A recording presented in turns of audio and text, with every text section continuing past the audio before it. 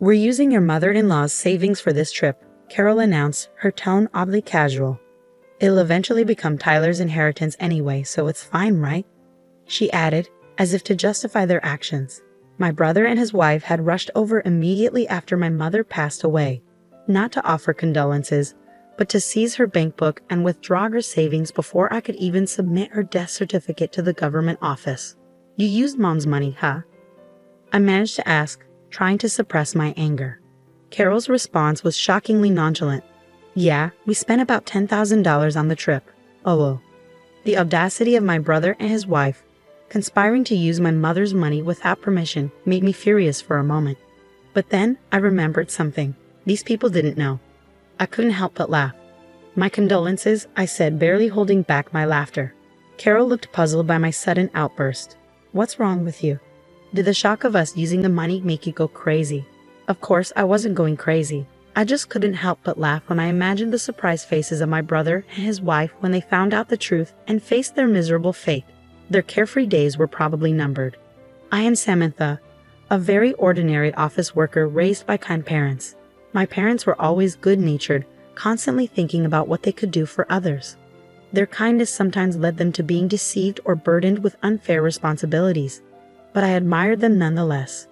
However, my brother Tyler had a completely different personality. He was always calculating what was beneficial for him and acted accordingly. To him, our parents, who would go out of their way to help others, were incomprehensible. As Tyler grew up, his rebellion against our parents intensified. In high school, he began to demand more money from them, saying, "If you can afford to do something for others, you can give me more allowance." Despite accepting Tyler's personality, our parents never changed their beliefs. Their unwavering character only frustrated him more. Tyler's negative feelings towards our parents only grew stronger in college. Taking advantage of the fact that our parents paid for his tuition, Tyler spent his college days partying and eventually failing a year, causing them trouble. Parents should naturally devote themselves to their children, right? Or can you only be kind to others but not your own family? Tyler would argue, justifying his selfish behavior. After graduating college, Tyler moved out and started living on his own. Although he left home without notice, he complained. Living a decent life on his first paycheck seemed impossible for Tyler. He kept returning to our parents' house for living expenses before heading back to his own place. Concerned about him, our parents kept giving him money whenever he asked. When I finally got a job, I decided to support our parents financially in place of Tyler. "Samantha, it's your hard-earned money, so you can use it however you like," my parents said. Despite their words, I continued to give them money, treating it as their grocery expenses. This routine continued for several years. Tyler, who only showed up to ask for money, unexpectedly invited me and our parents to a restaurant to talk. When we arrived, a beautiful woman was sitting next to Tyler. "Dad, Mom, Samantha, let me introduce you. This is my girlfriend, Carol," Tyler said, and Carol nodded politely. "I've decided to marry Carol. We'll be busy preparing for our wedding and our new life together, but I hope you'll support us." I initially thought Tyler meant support in terms of caring for Carol, but it became clear that his idea of support was entirely different. He asked our parents to cover the expenses for his wedding and their new home. Knowing our parents' inability to refuse help, Tyler skillfully persuaded them to foot the bill for everything. Even after the wedding and the purchase of their new home, he continued to rely on them for money. Carol, his wife, grew accustomed to this lifestyle and began living more extravagantly. However, this lavish lifestyle was short-lived. Our father's health deteriorated and he was hospitalized. Even with insurance, hospital stays are expensive. To ensure our retired parents wouldn't struggle financially, Tyler had to reconsider his reliance on them. I proposed to my brother that we both shoulder the burden of the hospital bills. "You've been living at home and receiving assistance from Mom and Dad, and you've had a fair share of financial support from them too, right? This is the time for us to step up and help them," I reasoned. But my brother didn't see it that way. "Why should I?" he retorted. "It's Dad's fault for not taking care of his health. He neglected himself while always helping others. That's his responsibility." Following that conversation, my brother stopped visiting our parents' house altogether. Neither he nor Carol, his wife, made a single visit to our father while he was in the hospital. It was my mother and I who desperately took care of him until he passed away. Even when we informed them of our father's death, They didn't offer any assistance with the funeral arrangements. They briefly showed up at the funeral but failed to greet our relatives properly before leaving. Our relatives looked at them with disdain, but they seemed indifferent. My mother, who had bravely taken on the role of chief mourner during the funeral, began to lose her energy after the funeral, clearly affected by the loss of my father. Tyler, Mom has been feeling down lately. She wants to see you. Can you visit her at home sometimes? I asked my brother. After a brief pause, he responded, By the way, what happened to Dad's inheritance? It all went to Mom. It seems they had decided that's what they would do when Dad was still alive. I informed him. Realizing the gravity of the situation, I felt a foreboding sense of dread and immediately cautioned my brother. Mom has control of the money now, right? He inquired. Yes, but listen carefully, I urged, sensing his intentions. Mom is emotionally vulnerable right now. Don't even think about taking advantage of her financially, okay? I need you to come and support her. That's what's important. What's the point of going if I can't get any money out of it? It's not worth my time, he retorted dismissively. Despite my insistence that we wouldn't be providing him with any financial assistance, my brother never set foot in our parents' house again. Then, just 6 months after our father's passing, our mother also succumbed. Despite her weakened state, my brother showed no concern. Upon learning of her death, he hurried back to our parents' house. I hoped he would fulfill his duties as the eldest son during the funeral. But to my dismay, he and his wife vanished as soon as it began. Frantically, I tried calling his cell phone, but it went straight to voicemail. In the end, I assumed the role of chief mourner in his absence, managing to navigate through the funeral proceedings alone.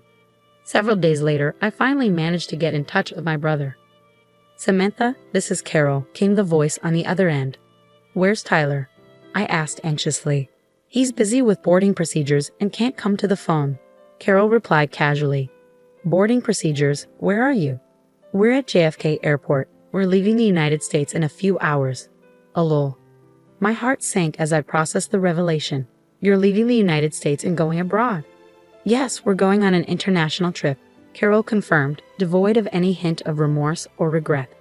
I was taken aback by my brother and his wife's swift decision to embark on an overseas trip immediately after our mother's passing. However, what Carol uttered next left me utterly astounded. We're really grateful to our mother-in-law, Thanks to her, we're able to enjoy this luxurious trip abroad, Carol remarked, her tone laced with casualness.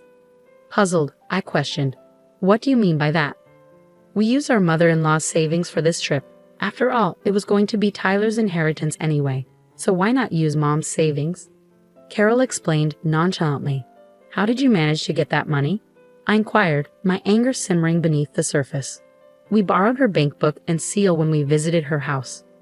We knew we wouldn't be able to withdraw money once the death certificate was submitted, so we hurried, Carol confessed, revealing the true reason behind their rush to our mom's house after her demise. So you used Mom's money, I stated, trying to contain my frustration. Carol's response was surprisingly blaze. Yes, we've already spent $10,000 on trip expenses. It's a good thing Tyler's plan worked out. Initially, I was furious at the audacity of my brother and his wife for dipping into our mom's savings without permission. But then, a realization struck me. They didn't know. I couldn't help but chuckle inwardly. Serves you right, I thought to myself. Perplexed by my sudden outburst of laughter, Carol questioned, What's wrong with you? Did the shock of us using the money make you lose your mind? Tyler is the eldest son, so it's natural for him to inherit more, right? I responded between laughs. Sure, that's fine. I'll give up my inheritance so Tyler can inherit everything. That was your plan all along, wasn't it? Upon hearing this, Carol's demeanor shifted to one of delight. Oh my, you're quite understanding, huh? By the way, please make sure to arrange for all of Mama's mail to be sent to your house from now on. Don't worry, it's a simple task. I'll let Tyler know, she concluded cheerfully before hanging up the phone. I didn't hear from my brother again until they returned from their trip. Samantha, Carol told me you're giving up your inheritance, my brother stated as soon as he called. Yes, but more importantly, did you handle the mail forwarding for Mom's mail? I asked. Yeah, I took care of it as soon as we got back, he replied. But to know you're not going to change your mind later, are you? You won't say you should have inherited after all? I inquired. Of course not. I still believe my decision was the right one, he'd affirmed confidently.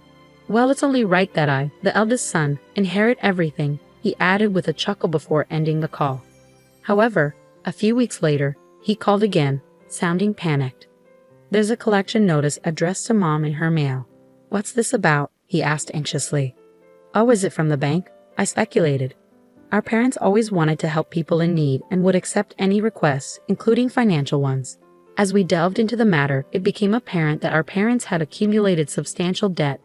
The debt outweighed their savings, making inheritance a risky proposition that could potentially leave them in a dire financial situation. "Did you know about this?" my brother accused, his voice rising. "You knew Mom had debt, right? Why didn't you say anything?" "There was no point. What you're saying is meaningless," I retorted. "If I had known, I would have given up the inheritance too." "That's impossible," he exclaimed. "Why the hell is it impossible, Tyler? You took money from Mom's bank account to go on vacation, didn't you?" I countered. "So what? What does that have to do with giving up the inheritance?" He shot back. "It's a big deal. What you did is considered a tacit acceptance of the inheritance," I explained. "It's a legal concept. Let me break it down for you so you can understand." I explained to my brother that by withdrawing money from our deceased family member's account for his own use before the inheritance process, it was legally seen as a tacit acceptance of the inheritance. "I have never heard of such a thing," he rebutted. "Of course not," I replied. "Not many people would even consider using a deceased family member's savings for their own selfish desires, so it doesn't come up in conversation. You're just making stuff up because you want the inheritance for yourself. I have a lawyer friend, you know. They'll find out if you're lying," my brother threatened before abruptly ending the call. Later he called back, but this time, his bravado was replaced by a sense of resignation. "Samantha, you were right. I can't give up the inheritance now," he admitted. It seemed his lawyer friend had given him the same answer I did. Finally understanding the gravity of the situation, my brother realized that he had inherited not just assets, but also the debt our parents had accrued. Despite his protests, it became clear that he was partially responsible for the financial mess, having frequently begged our parents for money without knowing the extent of their debt. Desperate to find a way out of his predicament, my brother attempted to persuade me. "Hey, Samantha, our parents are gone, and it's just us siblings now, right? Isn't this the time to join forces?" he proposed. "What do you mean by join forces?" I questioned, wary of his intentions. "I think we should work together to pay back our parents' debt. Now's the time to show our filial piety," my brother proposed, his tone almost pleading. I sighed heavily at his selfish suggestion, which felt like too little, too late. "What are you talking about? When Dad was in the hospital, I suggested we should help our parents together, but you pushed me away," I reminded him. "I was busy at the time," he defended himself. "Regardless of how busy you were, you didn't visit Dad in the hospital even once, and you didn't support our grieving mother afterward. I don't want to hear the words filial piety from someone like you ever again," I retorted, feeling a surge of frustration. With nothing left to say, I left my brother hanging. "Have you ever done anything for someone else, Tyler? I know you took advantage of our kind parents, but there's no one who will help someone who can't do anything for others, even if they're family. But if you don't help me, Carol and I can't pay back the debt by ourselves. Are you going to abandon your brother? We're family," he pleaded desperately. "When Dad was in a hospital, you abandoned him, saying it was his own fault for not managing his health. This time, using Mom's savings is your own fault," I countered, feeling the weight of disappointment settling between us. "I regret that, okay? I've changed," my brother's voice pleaded through the phone. "Have you? I still think you're just desperate to reduce your own debt. And even if you've changed, the person you should apologize to is no longer in this world. It's too late," I interjected firmly, cutting him off before hanging up the phone. I had no intention of helping him. After all the trouble he had caused our parents throughout the years, burdened with debt and unable to live the carefree life they once had, Tyler and Carol's relationship quickly turned sour.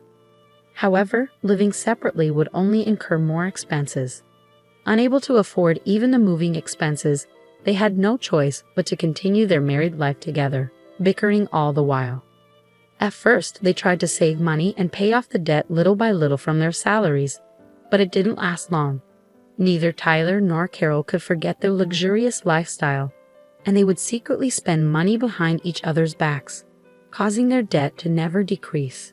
As a result, they blamed each other for their inability to reduce the debt further, damaging their relationship. Their marriage continued to crumble in this vicious cycle. On the other hand, I finally found the time to properly mourn our parents. I remembered how during our parents' funeral, countless attendees tearfully expressed their gratitude for the help our parents had provided them when they were in need. Realizing how many people our parents had helped made me feel even more proud of them. It was ironic that my brother, who had never shown any gratitude and had always caused trouble for our parents, ended up shouldering the debt that resulted from their acts of kindness. Even though they were drowning in debt, I still admired our parents for never giving up on helping others.